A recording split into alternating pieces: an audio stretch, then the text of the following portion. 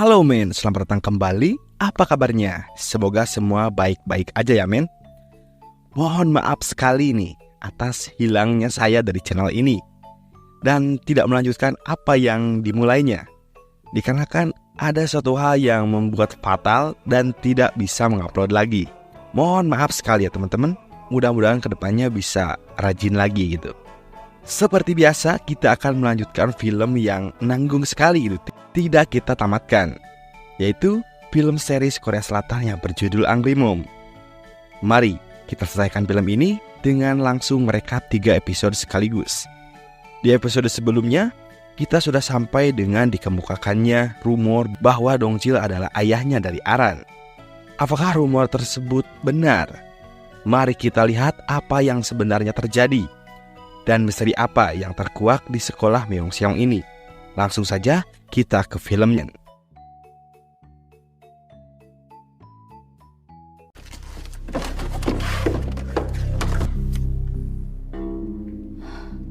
Di awal film kita diawali dengan Jo Kang-ja datang ke rumahnya Sang Tae dengan membuka berangkas itu, lalu mencari buku diari sekolah Myeongseong tahun 2005. Tanpa ia sadari, Aeon sudah berada di sampingnya sambil menodongkan sebuah pisau ke arahnya men. Tapi kan kita tahu kalau Kang-ja dulunya adalah seorang berandalan. Yang pasti soal perkelahian ia pasti menang. Semua adegan ini disaksikan Kota Hong dari rekaman CCTV. Kota Hong tidak bisa membiarkan ini dan ia meminta Ah Dongchil untuk membereskan masalah ini. Setelah itu Kang-ja datang ke rumahnya Pak Noah. Ia ingin menunjukkan sebuah kunci buku diari tersebut kepada Pak Noah. Perlu diingat teman-teman, ketahuilah bahwa buku tersebut adalah kunci utama untuk menyelamatkan siswa di sekolah ini atas penyelewengan dana dalam pembangunan gedung baru di sekolah. Jadi, kalau buku tersebut terbongkar, semua kejahatan akan takluk sampai ke akar-akarnya. Lanjut. Ia melihat Pak Noah terkapar dan babak belur. Siapakah yang membuatnya begini? Ya pasti kalian sudah tahu kan, itu ulahnya Ah Dongchil. Ia meminta buku diari tersebut serta mengancam kalau dia nekat, anaknya Aran tidak terjamin keselamatannya, serta menyuruh Kang-ja pindah ke luar negeri bersama keluarganya men. Di sisi lain, klub milik Gongjo diperiksa polisi men, karena ia dituduh melakukan usaha dengan curang, dengan menjual minuman palsu dan menyediakan jasa prostitusi. Gongjo tentu membantahnya, tapi polisi tetap melakukan penggeledahan dan memeriksa rekening-rekening yang mencurigakan.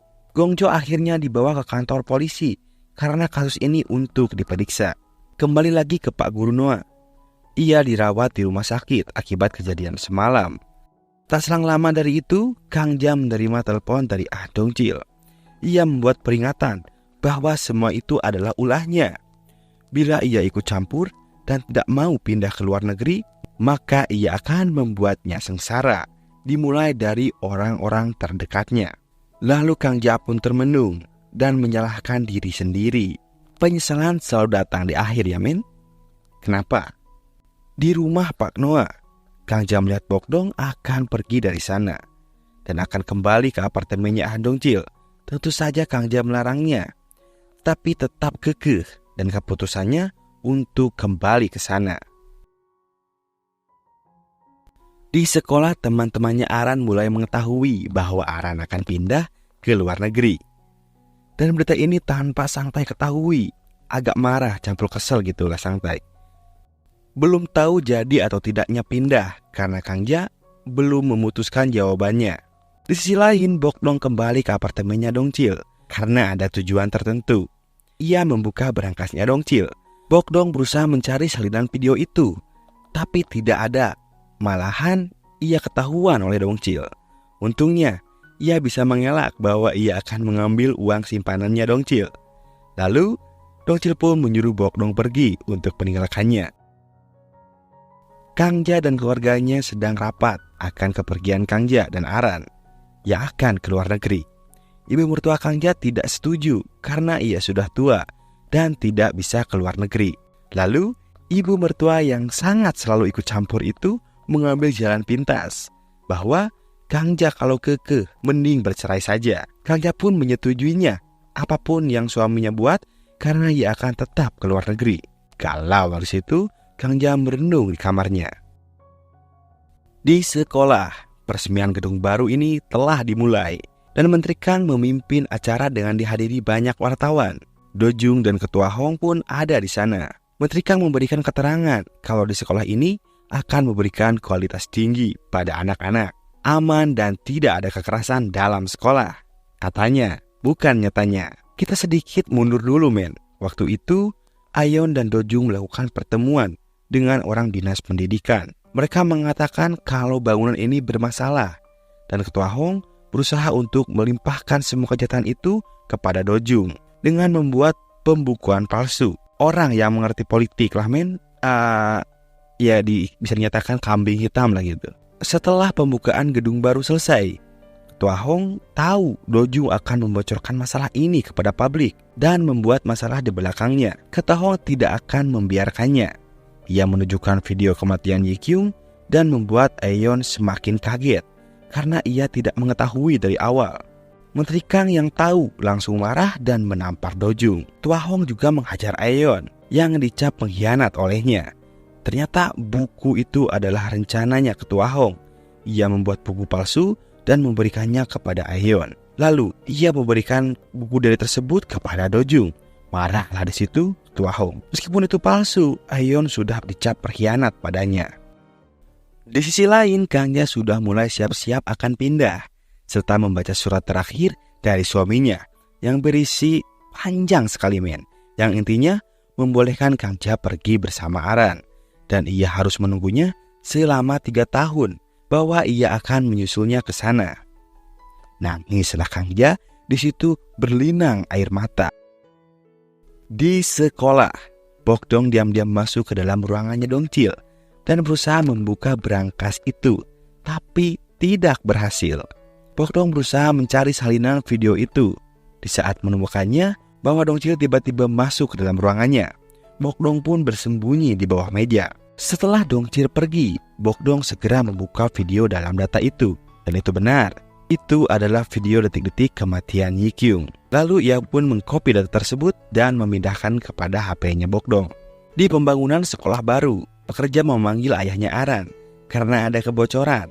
Pak Noah juga ada di sana, menyaksikan gedung baru yang bobrok ini.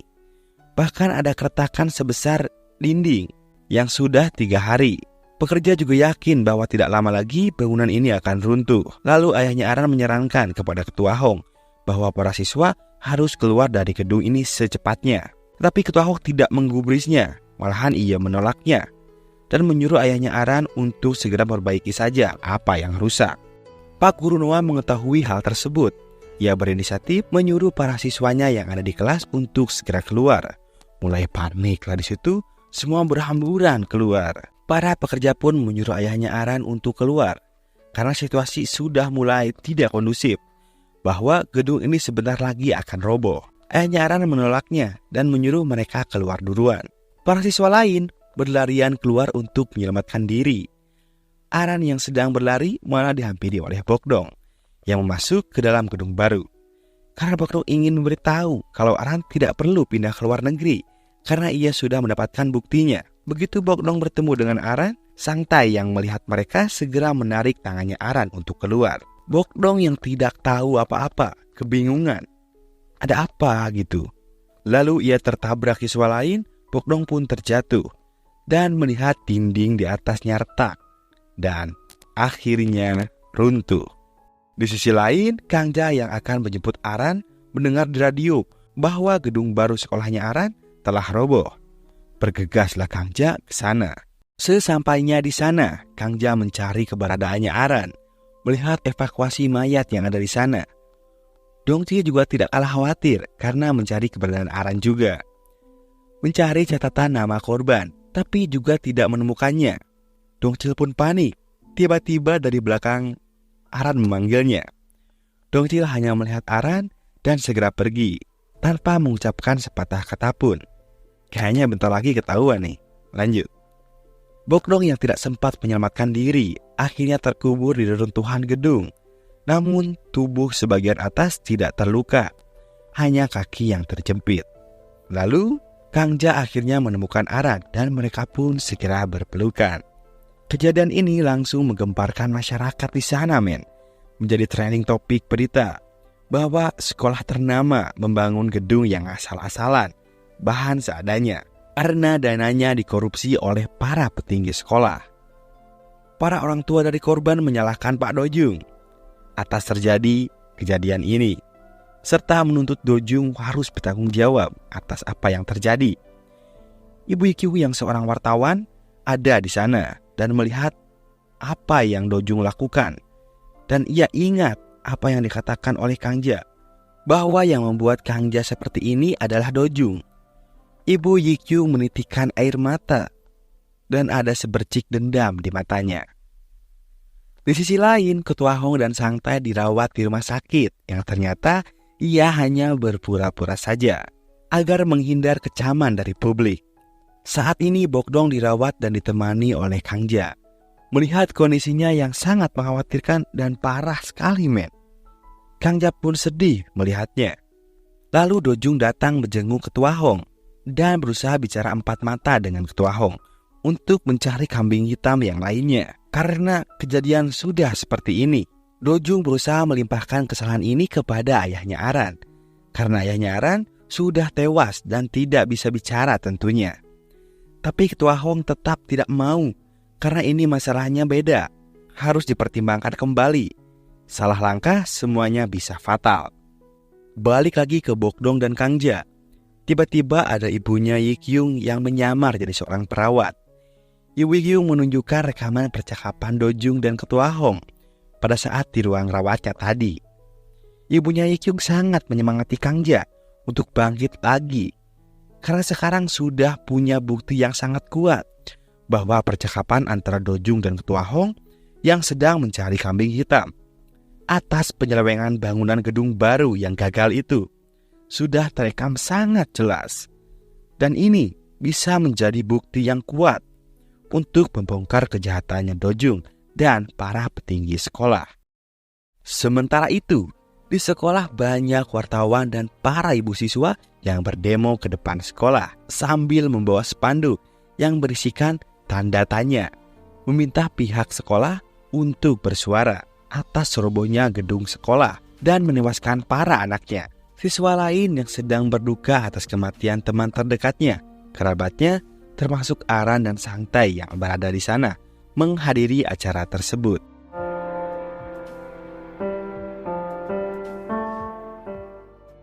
Besoknya di persidangan pertama atas kasus ini, petinggi sekolah menyalahkan ayahnya Aran. Katanya, sengaja mengkorup uang konstruksi bangunan itu, serta pekerjaannya tidak benar, asal-asalan. Melakukan pembangunan gedung baru selama 1 minggu saja, singkat sekali. Sehingga mengakibatkan bangunan roboh tidak lama setelah itu. Di situ Kangja tidak terima kalau suaminya akan dikambing hitamkan. Ricuh di situ di persidangan itu.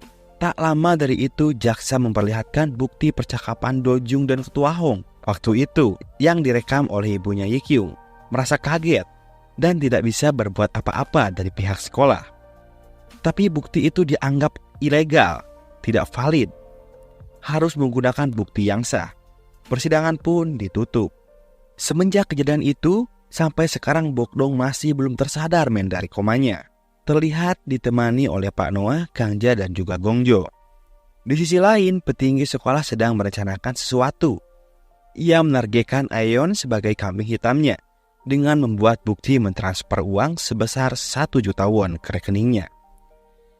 Ia sama sekali tidak menyangka kalau hidupnya akan berakhir seperti ini, mendekap di penjara selama 2 tahun kalau terbukti bersalah, sedih, kecewa, marah. Mau meminta pertolongan kemana? Semua teman sudah ia hianati termasuk Kangja, pasti tidak akan mempercayainya lagi. Bahkan Dojung yang sudah ia percayai sepenuhnya tidak menolongnya, malah menyuruhnya untuk mendekam di penjara selama 2 tahun. Aeon tidak bisa berbuat apa-apa, hanya menangis saja yang ia bisa. Di kediaman Gongjo, tiba-tiba ada yang menelpon Aran dengan nama Jin Yikyung. Kagetlah di situ semuanya.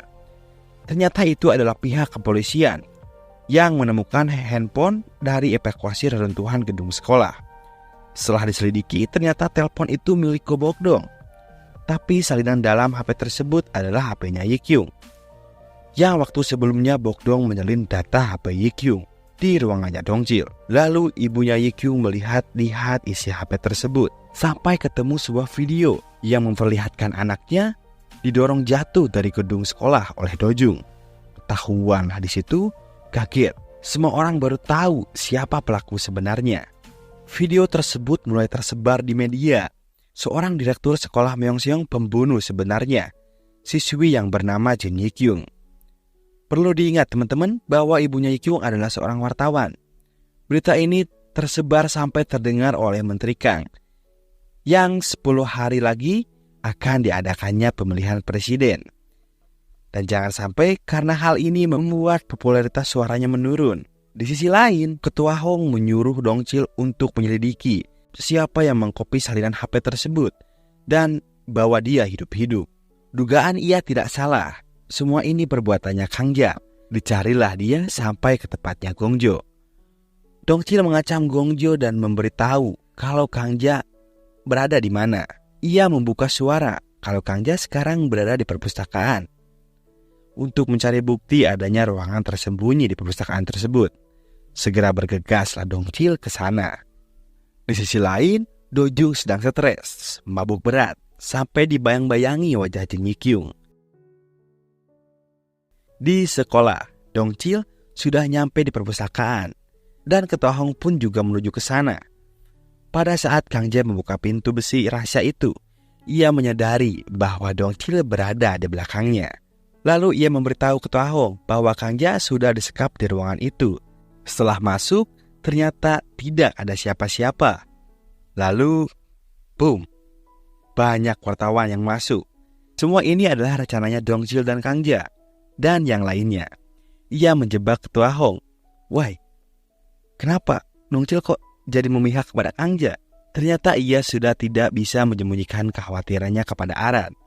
Serta Bok-dong tersadar dari komanya, memohon kepada Dong-jil untuk membantu menguakkan kasus ini. Yang Dong-jil sudah sadari bahwa ia pasti akan jadi korban selanjutnya untuk kambing hitam. Jadi, di situ ia memutuskan untuk berkhianat kepada Ketua Hong. Besoknya di persidangan banyak bukti yang menyudutkan para petinggi sekolah yang tidak bisa berkutik sedikit pun. Lalu Ketua Hong pun bersuara bahwa ruangan itu dibuat dan hanya direkturlah yang tahu, yaitu Do-jung. Perhatian semuanya teralihkan kepadanya. Sampai pada akhirnya, Bok-dong datang dan bersaksi atas kematian Jin Yi-kyung. Ia menceritakan semuanya, kengerian di malam itu.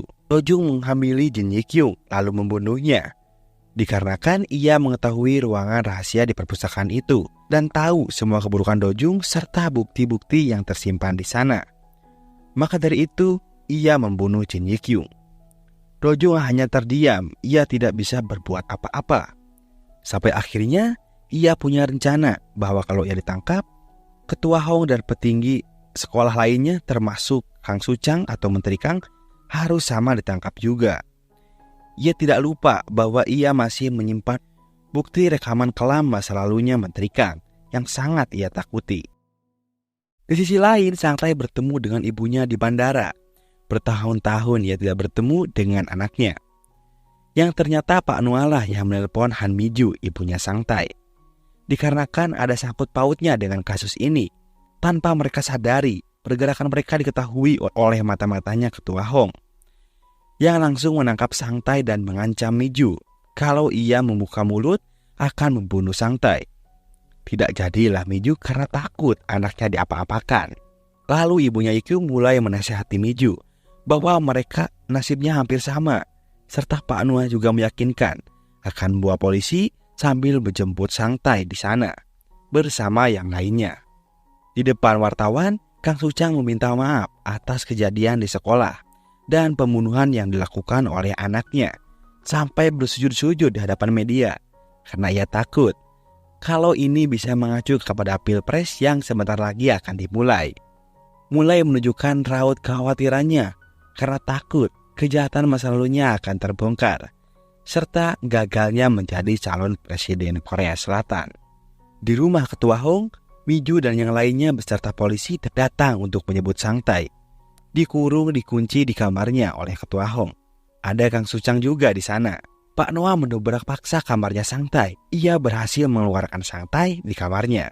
Terjadilah negosiasi di sana antara Miju, Kang Ja dan ibunya Jin Yikyung dengan Ketua Hong dan Kang Suchang sampai disogoknya dengan uang hingga menjanjikan hidup bahagia, aman, karir bagus buat anak mereka asalkan mereka tutup mulut. Tetapi semua ini ditolaknya. Mereka hanya ingin sebuah keadilan. Di pengadilan selanjutnya, Miju mulai bersaksi dan menceritakan semuanya bahwa namanya dipakai atas nama pembuatan rekening dengan aliran dana sebesar 30 juta won. Dan uang tersebut buat kampanyenya Kang Suchang. Ketua Hong pun mulai membuka suara kali ini. Ia menyelamatkan dirinya, melontarkan semua kesalahan ini kepada Menteri Kang. Dojung juga sama, ia memberi kejelasan bahwa penyelewengan dana gedung baru di sekolah itu dipakai buat kampanyenya Kang Suchang. Ia sendiri yang mentransferkan uangnya ke rekening atas nama Miju. Marahlah di hadapan publik Menteri Kang. Lebih marah lagi pada saat rekaman suara yang selama ini ia takutkan pada saat percakapannya dengan ibunya Dojung, yang isinya ia tidak mau namanya jelek oleh seorang wanita murahan gitu, dan tidak mau mengakui bahwa Dojung adalah anaknya. Kira-kira begitulah isi rekamannya. Ia tidak mau bertanggung jawab dan merendahkan seorang wanita. Di hadapan semua orang terbongkarlah semua kejahatannya. Calon Presiden Korea Selatan ternyata bermuka dua. Terlihat dermawan di hadapan publik, di belakangnya ternyata seperti monster. Setelah itu dilakukan penggeledahan di ruang rahasia di perpustakaan, serta di rumahnya Ketua Hong. Tetapi pembukuan uang yang asli sekolah Myeongseong tidak ditemukan. Yang ternyata itu sudah Ketua Hong sembunyikan. Yang ia tidak ketahui, Sangtai mengetahui pergerakannya. Di persidangan selanjutnya, hakim menyatakan 5 orang tersangka atas penggelapan uang yayasan sekolah, pembunuhan siswa, serta tersangka di balik runtuhnya gedung baru sekolah, yaitu Kang Suchang, Ketua Hong, Dojung, Aeon, dan Ah Dong-chil. Terdakwa Kang Suchang ditahan atas dasar memunculkan anak di luar nikah, serta penggelapan dana pembangunan dipakainya untuk kampanye. Terdakwa Dojung membunuh siswa yang mengetahui tindakan korupsinya. Jaksa mengajukan hukuman 7 tahun penjara kepada Kang Suchang, 6 tahun penjara kepada Ketua Hong atas kejahatan dan kelalaian profesi, serta penggelapannya. Untuk Dojung, ia mengajukan hukuman penjara seumur hidup atas kelalaian profesi dan pembunuhan berencana.